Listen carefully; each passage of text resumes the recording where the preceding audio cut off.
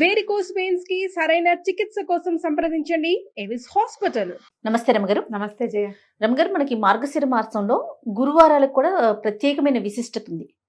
లక్ష్మీదేవికి పూజ చేస్తాం కదండి, ఒకసారి ఆ విశిష్టత మాట్లాడుకుందామండి. ఏటా చెప్తున్నాము, మళ్ళీ ఇప్పుడు కూడా కొత్తగా ఇంకొకసారి చెప్పుకుంటాం. మార్గశిరము పురుషోత్తమ మాసం అని చెప్పుకున్నాం ముందే. మనం విష్ణు సంబంధమైన మాసం. ఇప్పుడు మనం విష్ణు సంబంధమైన మాసాలని ముందు మాసాల్లో కూడా చెప్పాం. అవును. శ్రవణ నక్షత్ర సంబంధమైనది శ్రావణ మాసం. అప్పుడు లక్ష్మీదేవి పూజ విశేషంగా అయ్యవారిని కూడా చదువుకోండి.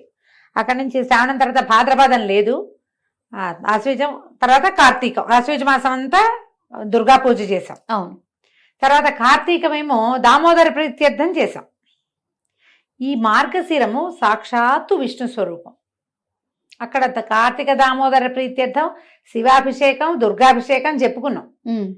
శివాభిషేకం చెప్పాం, కార్తీక దామోదర ప్రీత్యర్థమే సాలగ్రామ దానం అన్ని కూడా అలా చెప్పాం. ఇక్కడ పూర్తిగా ఇది విష్ణు మాసమే. అయితే ఈ విష్ణు మాసంలో ఉన్న గురువారాలు చాలా ప్రత్యేకమైనవి. మామూలుగా మనం శుక్రవారం లక్ష్మీ పూజ చేయటం మన ఆనవాయితీగా ఉంటుంది. అవును. ఇంచుమించు భారతదేశం అంతా కూడా ఫ్రైడే శుక్రవారం లక్ష్మీదేవికి అంకితం చేసి ఉంచుతారు. అవును, చేస్తారు. అట్లాగే ఈ ప్రత్యేక మాసంలో గురువారం కూడా లక్ష్మీదేవికి అంకితం చేయబడి ఉంటుంది. మనం అనంగానే మనం అంతా గురువారం గురువారం అంటాం. లక్ష్మీవారం అనే వాళ్ళు చాలా మంది కనపడతారు. పల్లెటూర్లలో మనం వింటుంటాం లక్ష్మీవారం అంటాం. ఈ శుక్రవారం నాడు ఏ ఏ పనులు చేయకూడదు, డబ్బులు ఇవ్వకూడదు, ఇల్లు తడిబెట్ట పెట్టే ఇల్లు బూజులు దులపకూడదు. కొన్ని ప్రాంతాల్లో ఈ గురువారాన్ని లక్ష్మీవారం అంటాం, మనకు కనిపిస్తుంది. పల్లెటూళ్ళల్లో కనపడుతుంది. అది కాక పల్లెటూళ్ళలో మనవాళ్ళు కాదు, తుని ఆ ప్రాంతాలు, విశాఖపట్నము శ్రీకాకుళం ఆ వైపు కొంచెం ఒరిస్సా వైపుకి వెళ్లే కొందికి దాన్ని లక్ష్మీవారంగానే చెప్తారు.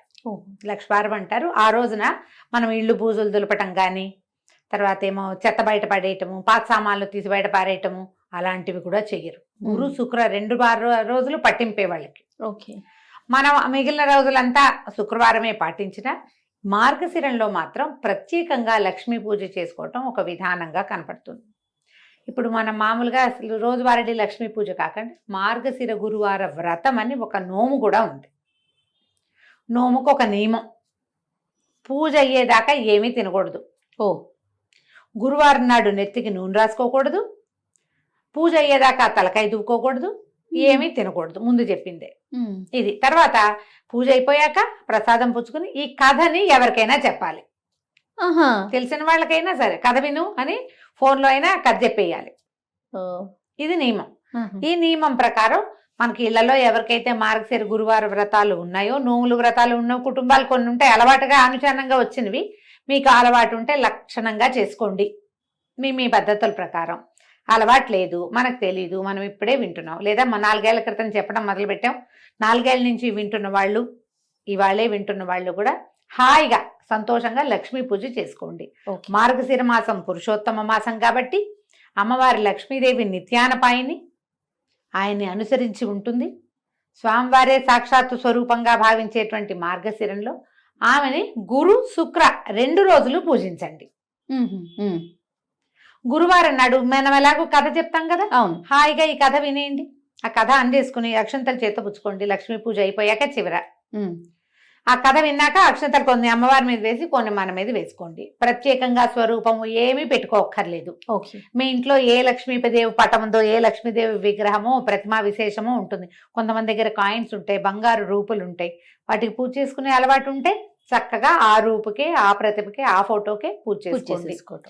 లక్ష్మీ పూజ సులువుగా చేసుకునే విధానం చిన్న చిన్న పుస్తకాలు దొరుకుతాయి. లక్ష్మీ పూజ విధానం కొనుక్కోండి, 5-10 రూపాయల్లో దొరుకుతుంది. ఓకే. ఆన్లైన్ కూడా లక్ష్మీ పూజ విధానం దొరికేస్తుంది. మీరు శ్రీ సూక్తంతో చేసుకోవచ్చు. మామూలుగా షోడశోపచారాల పూజకి కూడా చిన్న చిన్న పుస్తకాలు అవైలబుల్గా ఉంటాయి, అవి చూసుకుని చక్కగా చేసేసుకోండి. పూజ చేసుకోవటం 5 వారాలు 4 వారాలు వస్తాయి. ఈ సంవత్సరం 4 గురువారాలు ఉన్నాయి. ఎందుకంటే డిసెంబర్ 2 నుంచి మనకి మార్గశిర మాసం మొదలైంది. పోలిపాడ్యం చేసుకున్నాం కదా, అంటే ఈ నెల 4 గురువారాలు ఉన్నాయి. 4 గురువారాలు వచ్చినాయి. మార్గశిర గురువారాలు 4. ఒక సంవత్సరం 5 వస్తాయి. అవును, 5 వచ్చినప్పుడు 5 రకంగా చేసుకుంటాం. 4 వస్తే ఇక 4 రకంగా. ప్రతి వారము ఒక్కొక్క నివేదన చేసే విధానం వ్రతస్థులకి, ఎవరైతే మార్గశిర గురువార వ్రతం ఉందో వాళ్ళకి. మనలాంటి వాళ్ళకి ఆ హడావిడ ఏం లేదు. మామూలుగా చక్కగా పరమాన్నం వండటం, కొంచెం శనగపప్పు వేసి వండుకోండి. మీకు ఓపిక ఉండి చేతొచ్చి శక్తియుక్తులుండి బాగా సేవించాలన్న ఆస్తి ఉంటే బూరెలు అలాంటివి కూడా చేసుకోవచ్చు. శనగపప్పుతో బూరెలు చేస్తాం కదా, అమ్మవారికి శనగపప్పు ప్రీతి. లక్ష్మికి సంబంధించిన ధాన్యాలలో ఈ పప్పుల్లో ఇది ముఖ్యమైనది శనగపప్పు. మీకు ఎవరు చెప్పారు? ఇలాంటి చొప్పదంటు ప్రశ్నలు వేయకండి దయచేసి.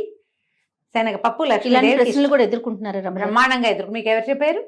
మీరు ఇల్లు అడిగారా? ఆవిడ మీ పక్కింట్లో ఉంటుందా? ఇలాంటివి అడుగుతారు. అంటే సనాతనంగా వస్తుంది, మన మన మనం ముందు తరం వాళ్ళు చేశారు, మనం చేస్తున్నాం, అట్లా చేసుకుంటూ పోతాం కదా. పోతాం అంతే. దానికి ఒకళ్ళు వచ్చి చెప్తారా? చెప్పాలా? అడుగుతారమ్మా. నువ్వు ఎంత సీరియస్ మ్యాటర్ గురించి మాట్లాడినా దాని మీద ఒక చొప్పదంటూ ప్రశ్న అంటారు, దాన్ని వేస్తూ ఉంటారు. మీకు కావాలంటే మీ పక్కింట్లో లక్ష్మీదేవి ఎవరన్నా ఉంటే కనుక్కోండి. మా పక్కింట్లో ఉంది లక్ష్మీదేవి. మా ముందు ఇళ్లలో ఉంది, చెప్తుంది. మా ముందు తరాల్లో ఉంది మనకి, అందుకని మనకు తెలిసింది. అంతే. శనగపప్పుతో ఏదో ఒక పదార్థం చేసుకోండి. పరమాన్నం చేసుకుని పెట్టుకోవచ్చు అమ్మకి, మీ ఓపిక. నివేదన చేసుకోండి చక్కగా. గురువారం నాడు లక్ష్మీదేవిని పూజించి, శుక్రవారం నాడు ఎలాగో మనం ప్రతి శుక్రవారం పూజ చేసుకునే అలవాటు ఉన్న వాళ్ళు మానేయాలా అని డౌట్ వస్తుంది. మానద్దు. ఓకే. ఈ నెలలో వారానికి 2 సార్లు లక్ష్మీదేవిని పూజిస్తాం. రోజు లక్ష్మీ పూజ అలవాటు ఉన్న వాళ్ళ సంగతి ఇక మహత్తరంగా ఉంటుంది, వాళ్ళు ఎలాగూ చేసుకుంటారు. శుక్రవారం స్పెషల్తో పాటు గురువారం కూడా స్పెషల్ చేసుకోండి. దీనికి ఒక వ్రత కథ కూడా ఒకటి చెప్పబడుతుంది, చిన్న కథే, అది చెప్తాను. పూర్వం ఒక బ్రాహ్మణ కుటుంబం ఉండేది. పెద్ద భార్య, మొదటి భార్య చనిపోయింది. ఆ భార్యకి సుశీలని ఒక కూతురు ఉండేది. ఈ పాపాయి ఉండగానే తండ్రి ఇంకో ద్వితీయ వివాహం చేసుకున్నాడు. ఇలాంటి కథలు విన్నప్పుడు ఈ రెండో పెళ్ళి ఎందుకు చేసుకోవాలి, అదే భర్త చనిపోతే వాళ్ళ అమ్మ పెళ్లి చేసుకుంటుందా, ఇలాంటి ప్రశ్నలు కూడా ఎప్పుడూ తలెత్తుతూనే ఉంటాయమ్మా. పురాతనపు పద్ధతుల్లో ఏంటంటే ఆడవాళ్ళు లేనిదే ఇళ్ళు నడిచేవి కాదు. మగవాళ్లే ఆడపని మగ పని చేసేసేయటము కుదిరేది కాదు. పైగా బ్రాహ్మణ గృహాలలో వీళ్ళకి అగ్ని అవన్నీ నియమాలు ఉండేవి. తప్పకుండా యజనం చేయాలి, రోజువారీ హోమము, దానికి స్త్రీ సహాయం చాలా అవసరం. ఆడవాళ్ళు హోమానికి ఉండటమే కాకుండా సహాయానికి రెండిటికి కావాలి. ఒక ఆడపిల్ల ఉంటే దానికి వివాహం చేయాలన్నా తల్లి లేనిదే, ఆడమనిషి లేనిదే అవన్నీ సాగవు. కాబట్టి తప్పకుండా ద్వితీయ వివాహాలు జరిగేవి. పురాతన గాథల్లో మనకి ఇవే కనపడతాయి. మన తాత ముత్తాతల్లో ఇద్దరిద్దరు భార్యలు ఉన్న వాళ్ళు మనకే ఉంటారు బోళ్ళంతమంది. మనమే కొంచెం పూర్వ చరిత్ర తిరగేస్తే మన ముందు 3-4 తరాల ముందు ఖచ్చితంగా కనపడతారు మనకి. నీకు ఏం చేసేదేం లేదు దాని మీద. అయితే ఇంకో వివాహం చేసుకున్నాడు ఆయన తండ్రి. ఈ చిన్నపిల్ల ఒక 4-5 సంవత్సరాల పాప ఉండగా సుశీలని. అయితే ఆయనకి రెండో భార్యకి కుమారుడు పిల్లలు కలిగారు వరుసగా. ఇది సవితల్లి ఆవిడ ఏం చేసింది, మారుటి తల్లి ఈ పిల్లకి చంటి పిల్లల్ని ఎత్తుకోవటానికి అప్పచెప్పేది. పిల్లని ఆడిచ్చు, చెమ్ముని ఆడిచ్చు, చెల్లిని ఆడిచ్చు అని ఆడించడానికి ఇచ్చి పిల్లలకి ఈ పెద్ద పిల్లకి కాలక్షేపానికి అంత బెల్లం ముక్క పెట్టేది. సో ఈ బెల్లం ముక్క తీసుకో, తమ్ముడిని ఆడిచ్చు కాసేపు అంటే తమ్ముడిని తీసుకుపోయేది పిల్ల. తల్లి వచ్చేసరికి ఒక 5-7 సంవత్సరాలు ఉంది. రెండో ఆవిడ వచ్చేసరికి ఈ పిల్లాడి పుట్టేసరికి దానికి ఒక 7-8 ఏళ్ళు వచ్చినాయి. పిల్లల్ని చంకనేసుకుంటారు 7-8 ఏళ్ల పిల్లలు. అయితే పక్క ఇళ్ల వాళ్ళందరూ మార్గశిర గురువారం నోవులు చేసుకుంటున్నారట. చక్కగా కుందర బొమ్మలాగా ఉండి పిల్లల్ని ఎత్తుకుని తిరిగే ఈ పిల్లని చూసి వాళ్ళు అన్నారు, వసే రావే నువ్వు కూడా నోవు నోచుకుందు కానీ అని పిలిచారు. పిలిస్తే వాళ్ళ ఇంట్లో నోవు ఆ మంత్రాలు అవి వింటుంటే పిల్లకి సంతోషంగా అనిపించింది. ఏం చేసిందట, తమ్ముడు పక్కన కూర్చోబెట్టి వాకిట్లో ఉన్న బంకమట్టి తీసి చక్కగా చిన్న గుండలాగా చేసి లక్ష్మీదేవిలాగా తయారు చేసుకుంది. తన కోసం ఒక ప్రతిమ. అక్కడికి పువ్వులు కావాలి పూజకి. జిల్లేడు పువ్వులు తెచ్చుకుని జిల్లేడు పువ్వులతోటి ఆ లక్ష్మీ అమ్మవారికి పూజ చేసేది. షోడశోపచారాలు ఉన్నాయిగా, ఉపచారాలు చెప్పుకుని పూజ చేసేసి తనకి ఇచ్చిందిగా వాళ్ళ పిన్ని బెల్లం ముక్క, ఆ బెల్లం ముక్కని నివేదన పెట్టేది. మార్గశిర గురువారాలు 5 వారాలు వచ్చినాయి ఆ సంవత్సరం. 5 వారాలు చేసుకుంది. పక్కింటి వాళ్ళు వారానికి ఒక దీనిలాగా మొదటి వారం పులగం, రెండో వారం అట్లు తిమ్మనం, అలాగా 3వ వారం చక్కెర పొంగలి నివేదనలు పెట్టారు. ఈ అమ్మాయికి అవన్నీ చేత కావు, చిన్నపిల్ల కదా, మళ్ళీ పిన్నిని అడిగితే ఏమంటుందో, బెల్లం ముక్క మాత్రం నివేదన పెట్టేది. అట్లా ఏటా చేసుకునేదట. 11 సంవత్సరాలు వచ్చేసరికల్లా 3-4 సార్లు చేసేసింది. ఈ 11 ఏళ్ల పిల్లకి పెళ్లి చేశారు. వెనకాల 2-3 తమ్ముళ్ళు 2 చెల్లెళ్ళు ఉన్నారు. అయితే పెళ్లి చేస్తే ఈ పిల్ల ఏం చేసింది, అత్తవారింటికి వెళ్ళిపోతూ ముందు వెళ్ళలా, 11వ ఏట ఏం వెళ్ళిపోలే, అలా పంపేవాళ్ళు కాదు, వ్యక్తురాలు అయ్యాక పంపించేవాళ్ళు. తర్వాత కూడా కొన్నాళ్ళు ఇక్కడే పూజ చేసుకునేది. అమ్మా నాన్న శుభ్రంగా ఉండేవాళ్ళు, చక్కగా పిల్లలు కలిగారు, ఇల్లు వాకిలి లక్షణంగా బాగుండేవి. పిల్ల వ్యక్తురాలు అయిన తర్వాత ముహూర్తం చూసుకుని అత్తవారు వచ్చి అమ్మాయిని కాపురానికి తీసుకుపోయారు. అడ్డుకి తీరిపోయాక తీసుకెళ్తే వెళ్తూ వెళ్తూ ఈ అమ్మాయి ఏం చేసింది, తను పూజ చేసిన ఆ బంకమట్టి లక్ష్మీదేవి ఉంది కదా, లక్ష్మీదేవి ప్రతిమ, మృణ్మయ ప్రతిమ, అది తీసుకుని వెళ్ళిపోయింది. తీసుకెళ్ళిపోయాక అత్తవారు కొంచెం పర్వాలేదు బాగానే ఉండేవాళ్ళు. ఈ అమ్మాయి వెళ్ళేసరికి వాళ్ళకి ఇప్పటి ముప్పటిగా పాలు పొంగినట్టు సిరులు పొంగిపోయినాయి వాళ్ళ ఇంట్లో. చక్కగా ఏటా నోవులు చేసుకునేది లక్షణంగా. అంతకుముందు ఇక్కడ ఉంటే బెల్లం ముక్కలు అవి పెట్టేది. అక్కడ అత్తవారింటికి వెళ్ళాక దాని సొంత ఇల్లు, సొంత ప్రపంచంగా చక్కగా వారానికి ఒక నివేదన చొప్పున చేసుకుని లక్షణంగా వ్రతం చేసుకుని అందరినీ పిలిచి తాంబూలాలు వాయనాలు ఇచ్చి లక్ష్మీదేవికి సంతోషం ప్రీతికరంగా ఉండే పనులన్నీ చేసేది. ఇప్పుడు ఇక్కడ ఒక ప్రశ్న, లక్ష్మీదేవికి ప్రీతికరమైన పనులు ఏమిటి? మొదటిది ఇల్లు శుభ్రంగా ఉంచుకోవటం, ఆడవాళ్ళు గయ్యాళిగా ఉండకపోవటం. గయ్యాళి ఆడవాళ్ళకి సిరి నిలవదు. మనం ఇప్పుడు వెంటనే మనకు ఒక లిస్ట్ వస్తుంది, అబ్బో మా వాళ్ళు గయ్యాలి వీళ్ళు గయ్యాలి వాళ్ళ దగ్గర బోల్ డబ్బులు ఉన్నాయి. సిరి అంటే డబ్బు ఒకటే కాదమ్మా, అన్ని చాలా ఉన్నాయి. సౌభాగ్యం, భర్తలతోటి ఆనురూప్యం, వాళ్ళతోటి ఒక కలిసి ఉండటం, సంతానము, ఆరోగ్యం, నలుగురిలోను పెంపు, ఘనత, ఇవన్నీ కదా ఐశ్వర్యం అంటే. చక్కగా ఉండేది. ఈ ఇష్టం వీటితో పాటుగా ఇల్లు శుభ్రంగా ఉంచుకోవటం, ఇవన్నీ కూడా వచ్చిన వాళ్ళని అతిథి అభ్యాగతులను సేవించడం లక్ష్మీదేవికి ఇష్టం. ఇల్లు వాకిళ్ళు శుభ్రం, మనుషులు శుభ్రంగా ఉండటం, పూజ గది ఎప్పుడు కళకళలాడుతూ ఉండటం, వచ్చిన వాళ్ళని కనుక్కోవటం, మంచి ప్రవర్తన, పోట్లాటలు కలహ కారణాలు ఉండకపోవటం, అవి లేని చోట లక్ష్మి ఎప్పుడు స్థిరంగా ఉంటుంది. అన్ని రకాల లక్ష్ములు బాగుంటాయి. అయితే ఏమైంది, ఎప్పుడైతే ఈ పిల్ల వివాహం అయ్యి అవి అటు తీరి వెళ్ళిపోయిన తర్వాత మెల్లిగా తండ్రి పరిస్థితి దిగనాసి వెళ్ళిపోయింది. నానాటికి తీసుకట్టు నాగం భట్టు అయ్యింది. చివరికి కూతురు బాగా సంపన్నురాలు అయ్యేసరికి వీళ్ళు దిగనాసి వెళ్ళిపోయారు. ఏమిటో ఎప్పటికప్పుడు పోవటమే వాళ్ళ ఇంట్లో, ఏది నిలిచేది కాదు. ఎంతో బాధగా ఉండేది తల్లికి తండ్రికి. అయితే ఏం చేశారట వాళ్ళు, తమ్ముడిని పంపించిందట పినతల్లి. కొంచెం పర్వాలే బాగానే చూసింది, అంత పెద్దగా అయ్యాలేం కాదు ఆవిడ. అక్కయ్య దగ్గరికి వెళ్ళరా, మన పరిస్థితి బాగుండలేదని చెప్పు, ఏదైనా ఇస్తే పట్టుకురమ్మని పిల్లవాడిని పంపించింది.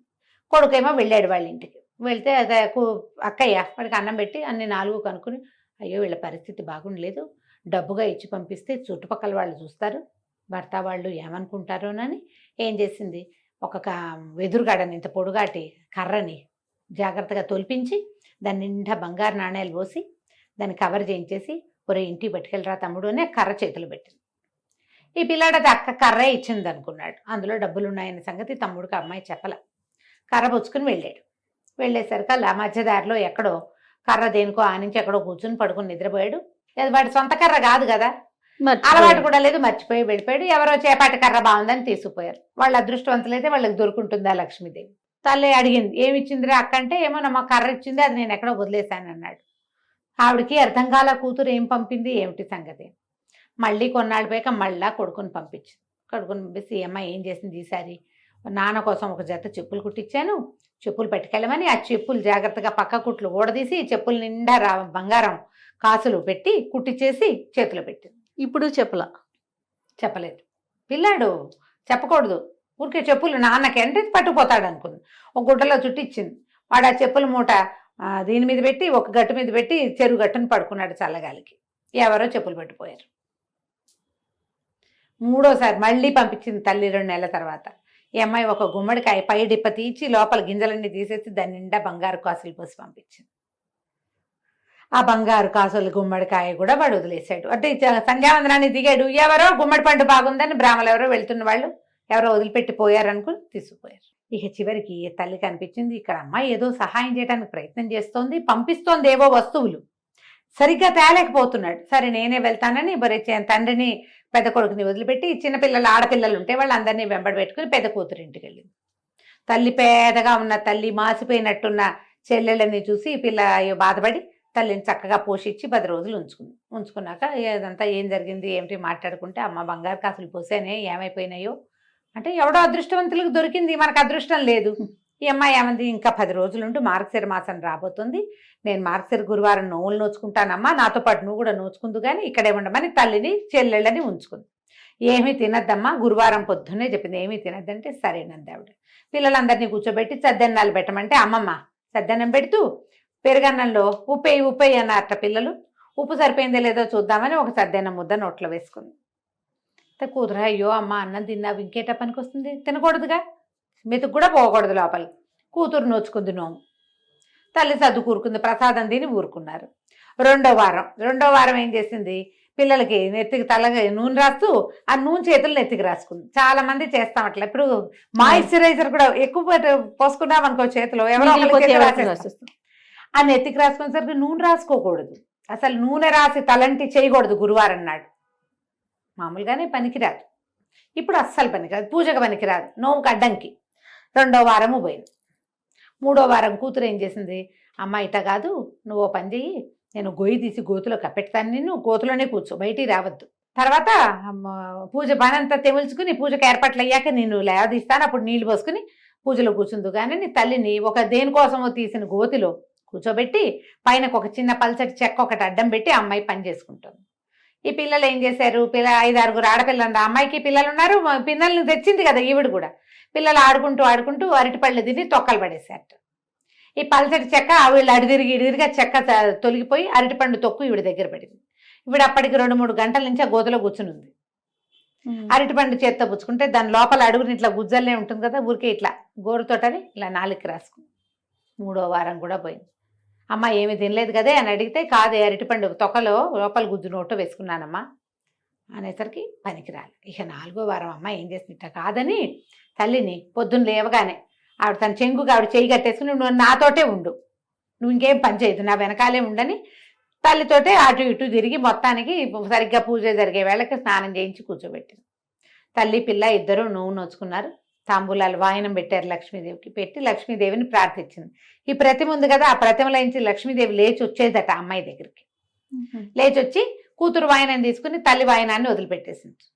లక్ష్మీదేవిని అడిగింది ఈ అమ్మాయి సుశీల, అమ్మ ఎందుకు మా అమ్మ వాయనం తీసుకోలేదు, మా అమ్మ వాయనం కూడా తీసుకో అని అడిగేసరికి, నేను తీసుకోను, నేను చిన్నప్పుడు నువ్వు చిన్నపిల్లగా ఉన్నప్పుడు మీ అమ్మ నిన్ను చీపురు పెట్టి కొట్టింది, నాకు గుర్తులేదమ్మా, నీ గుర్తులేకపోయినా నాకు గుర్తుంది, నువ్వు నోవు నోచుకుంటున్న రోజున చీపురు పెట్టి కొట్టింది, అందుకని మీ అమ్మ వాయనం నేను వల్లను, నేను వెళ్ళిపోతున్నాను అనేసరికి ఇలా సుశీల లబలబలాడి బతిమలాడుకుని, పుట్టింట్లో ఉండగానే కదా నిన్ను నేను నేర్చుకున్నాను, నిన్ను పూజించడం నేర్చుకున్నాను, మా పుట్టిల్లు ఇట్లా గది కడుక్కుపోతే ఎట్లా నాకు సాగుతుంది, నా తమ్ముళ్ళు అందరూ బాగుండాలి కదా అని బతిమలాడి అమ్మతో క్షమాపణలు చెప్పించి ఇంకెప్పుడు చేయదు, ఎప్పుడూ చేయలేదు. ఆ రోజు ఏదో చంటి పిల్లలతోటి బాధపడుతూ మా అమ్మ అట్లా ఉద్రేకంలో చేసింది, తర్వాత నన్ను బాగా చూసుకుంది, నాకు పెళ్లి చేసింది, పురుళ్ళు పోసింది అని బతిమలాడి లక్ష్మీదేవిని ఒప్పించింది. అప్పుడు ఆవిడ ఆ వాయనం తీసుకుందట. ఆ తర్వాత తండ్రికి అన్ని రకాలుగాను కలిసి వచ్చింది. తండ్రి పిల్ల తర్వాత చెల్లెళ్ళు పెళ్ళిళ్ళు అయినాయి, తమ్ముడికి పెళ్ళి సంతానం కలిగింది, పుట్టిల్లు కూడా చక్కగా ఉంది. దీంట్లో ఈ కథలో నీతి ఏమిటి, మనతో పాటు మన పుట్టిల్లు కూడా బాగుండాలని కోరుకోవాలి. లక్ష్మీదేవికి అత్యంత ఇష్టమైన విషయాలలో తను ఎక్కడి నుంచి బయటకు వచ్చానో అది కూడా బాగుండాలన్న కోరిక ఉండటం ఆమెకి ఇష్టం. పుట్టింట్లో దంతా లాగేసుకుని అత్తారింట్లో దాచిపెట్టుకునే రకాలు ఎన్ని ఉన్నాయి, ఇప్పుడు చాలా ఉంటాయి. ఈ రకాలు మార్చుకోండి. పుట్టిల్లు వృద్ధి కావాలని కోరిక ప్రార్థించేటప్పుడు దేవుడికి దండ పెడతాం, మా ఆయన, నా పిల్లలు, మా అత్తగారు, మా ఇల్లు, మా ఇంటి పేరు, అదొకటే కాకుండా పుట్టింటిని కూడా ఆడవాళ్ళు కోరుకోవాలని ఈ కథ చెప్తుంది. ఈ కథ విని అక్షంతలు వేసుకోవటం, అమ్మవారి మీద అక్షంతలు వేసి మన మీద కూడా అక్షంతలు వేసుకోండి. పూజ అయిపోయినట్టే. మీరు నివేదన చేసిన పదార్థాన్ని చక్కగా ప్రసాదంగా స్వీకరించండి, చుట్టుపక్కల వాళ్ళకి పెట్టండి. లక్ష్మీకరము అని అనుకునేటువంటి పసుపు కుంకుమ, తర్వాత ఏమో మనము పళ్ళు పువ్వులు అలాంటివి వాయనం ఇవ్వండి. ఓకే. ఒకవేళ మీరు నోముగా చేసుకుంటే మీ ఇంట్లో ఏ రకమైన విధానం ఉందో ఆ విధానాన్ని చక్కగా పాటించుకోవచ్చు. కొత్తవి మొదలు పెట్టుకోవద్దు, నోముగా చేసుకోకండి, పూజగా చేసుకోండి. ఓకే. ఈ నోములు ఏంటంటే అత్తవారిళ్లలో ఉంటే చేసుకోవాలమ్మా, అత్తారింట్లో లేనివి కొత్త మొదలు పెడితే మీకు భయం ఇస్తుంది. లేదా మీరు ఇంకొకటి చెప్తా, ఇందులో మీకు చాలా ఉంది మనసు, ఇలా నన్ను యూట్యూబ్ అక్కయ్యల్ని ఫాలో అవ్వకుండా ఎవరైనా మీ కజిన్స్ బాగా క్లోజ్ ఫ్రెండ్స్ ఇది చేసుకుంటారనుకోండి, వారితోటి ఒకసారి వారితో దగ్గరుండి చేయించుకుని వారిని ఫాలో అవుతూ చేసుకోండి. ఒకవేళ మీకు ఆస్తుండి మనసు ఉంటే గనక కావాలంటే ఇలా చేసుకోవచ్చు. కానీ ఇలా పై వాళ్ళు ఎవరో చెప్తే కాదు, కంటితో చూసి నేర్చుకుని చేసుకోండి. తప్పకుండా. నమస్తే. నమస్తే జీ.